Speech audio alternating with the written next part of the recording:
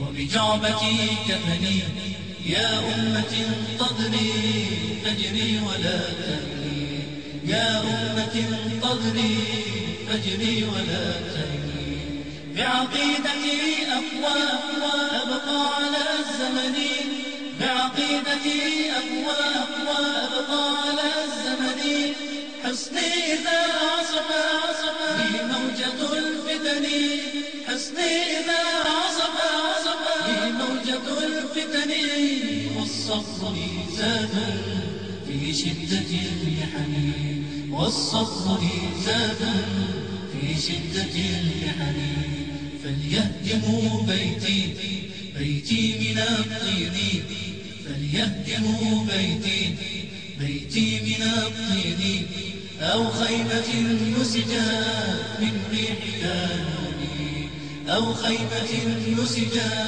من ريح كانوني سأظل أمطرهم حمم البراكين سأظل أمطرهم. بسم الله الرحمن الرحيم.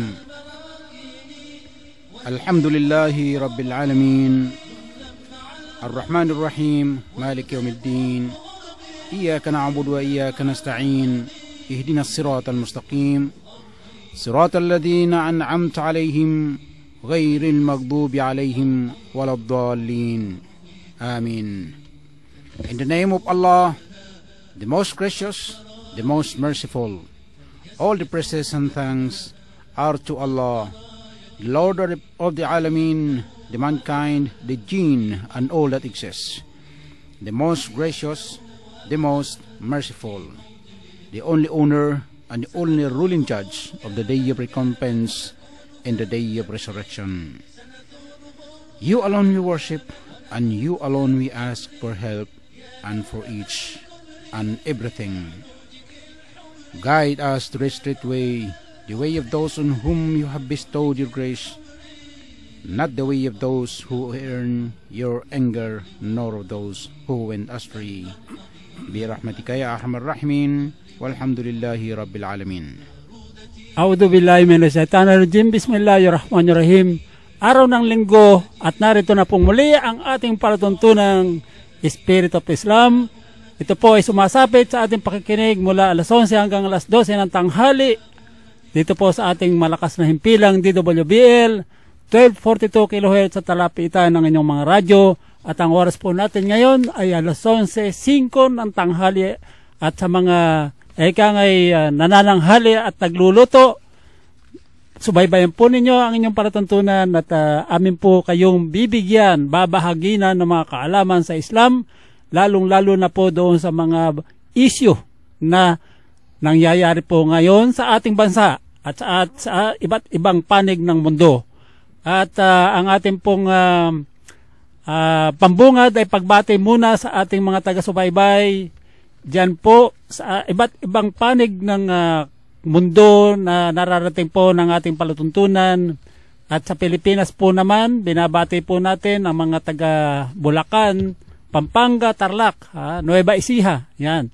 At dito po sa Bulacan at sa iba't ibang panig po ng lugar ng Mindanao, Bisaya na nararating po ng ating palatuntunan sa pamagitan po ng ating frequency sa radyo at sa ating internet. Ang address po natin ay dwbl-am.melo947.fm. At kung meron po kayong mga katanungan na nais iparating sa ating palatuntunan, at inshallah nakahanda po kaming tugunin ang inyong mga katanungan, 0905-543-0202 at 0927-792-7785. Ayan, so manatili po kayong sumubaybay at tayo po ay merong panauhin. Anyway, bago po natin ibigay ang ating panauhin, bayan po muna natin bumati ang ating pangunahing tagapagsalita, si Brother Alim Najib Taher. Salamat Brother Nasser at salamat sa lahat ng ating mga masusugid na taga-subaybay. Nais ko pong batiin ang lahat ng nararating ng himpilang ito sa saan man dako ng ating bansa. Particularly doon sa mga kapatiran natin na nagsusubaybay sa pamamagitan ng internet sa kapuluan ng Mindanao, especially in Marawi City, in Basilan, Zamboanga, Tawi-Tawi at Hulu. At napag-alaman natin kapatid na napakarami pala sa mga kapatiran natin sa Mindanao na nakikinig sa ating palatuntunan. Naka-tune in sa yes. himpilang ito. Lalo na nung inimbita sila ni Sultan Alimuddin. Ayun, alhamdulillah. Hanggang ngayon ay nakikinig sila sa ating himpilan. At dito rin sa Kalakang, Maynila, may mga kapatiran tayo na patuloy ang kanilang pagsubaybay. Sa katunayan, kahapon nagkaroon kami ng symposium dito sa Mall of Asia at we discuss about the coming of Islam in the Philippines na sa pamamagitan ng mga Kastila ay nasira yung Islamic stability in our country. At marami po ang naging mga speakers in this forum. Isa sa kanila si retired General Farhan Flor de Lesa. And I also met Brother Ashraf. Yan ang dati natin mga kapatiran na matagal na hindi na tayo nagkikita. At yung mga kapatid natin from Ibn Abbas, nandoon din sila. Kaya po nandito yung kapatid natin na si Brother Yusuf Kilalan, the caretaker of Ibn Abbas. Maya-maya maririnig po natin ang kanyang tinig sa pamamagitan ng radyo.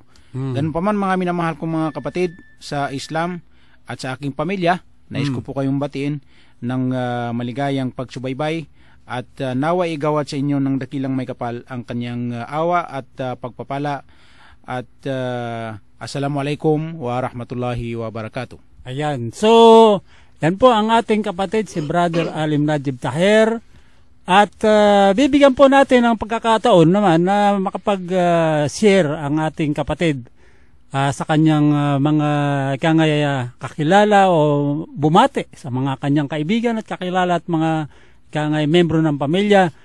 Ang ating pong tinutukoy ay si Brother Yusuf Kilalan at alhamdulillah nakasama na rin po natin ito ng mga nakaraang araw, nakaraang panahon.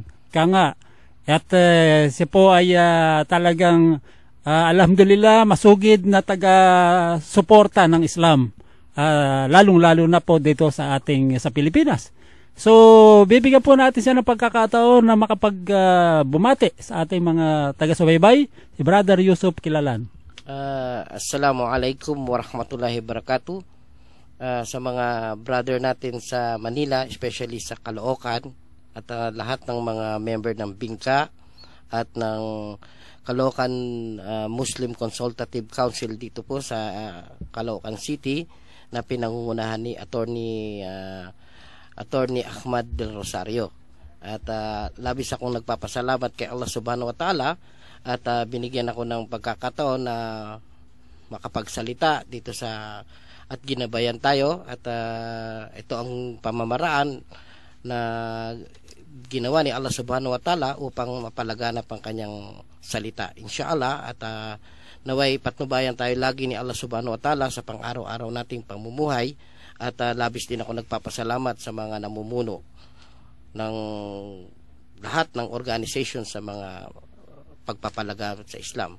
Jazakallahu khair sa mga brother natin dito. Assalamualaikum. Ayan, so magpupukol lang po tayo ng kaunting katanungan kay Brother Yusuf at alam natin na siya ay masugid na pagtaguyod ng Islam at aktibo sa dawa. Kaya naman nais nating itanong sa kanya kung ano-ano ang mga activities o aktibidades niya ngayon sa panahon ngayon na ang may mga krisis, may mga problema sa pagpapalaganap ng Islam. Brother? Salamat Brother Nasser. Sa ngayon, andun pa rin po ako sa Ibn Abbas at tinayo po namin ng Caloocan Consultative Council Muslim Consultative Council. Ito po isang bagay na tayo pong mga Muslim hindi naman tayo radical, hindi naman tayo extremist, hindi naman tayo palaaway. Correct yan. Hindi rin tayo ang pinaka Peace loving. mapagmahal, Yes. may kapwa-tao. At pangalawa, sa isang tunay na mananampalataya, sa tulad nating mga Muslim na 5 beses na lagi nating inaalala si Allah Subhanahu wa Ta'ala, doon tayo nagdarasal, siguro masasabi nating mananampalataya yon.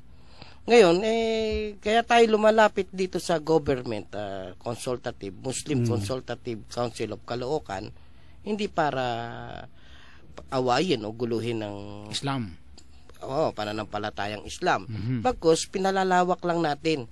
Gamitin natin yung ating kaalaman, mabubuting pakikipagkapwa-tao, at kung tayo talaga ay susunod sa Islam, wala tayong kaaway. So, ito sa isang pamamaraan na dumidikit tayo sa government upang makilala tayo dahil tayo mamamayang Pilipino rin sa bansang Pilipinas. So, may karapatan din tayo makipagtalakayan o makipaghumingi ng tulong o mungkahi sa na napapasakop sa atin dahil utos din ni Allah Subhanahu wa Ta'ala na magpasakop tayo sa ating mga pinuno.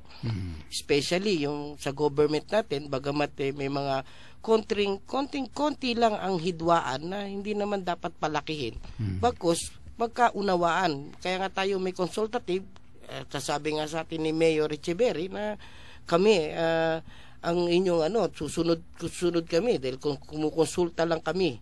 Sabi ni Mayor sa amin, kukonsulta lang kami kung ano ang tradisyon ninyo, kung ano ang pananampalataya nyo, kukonsulta kami kung medyo may mga tao nyo, mga Muslim sa Caloocan ay gumagawa ng mga hindi tama, bago namin damputin o bago namin ikulong yung tao na yun, kinukonsulta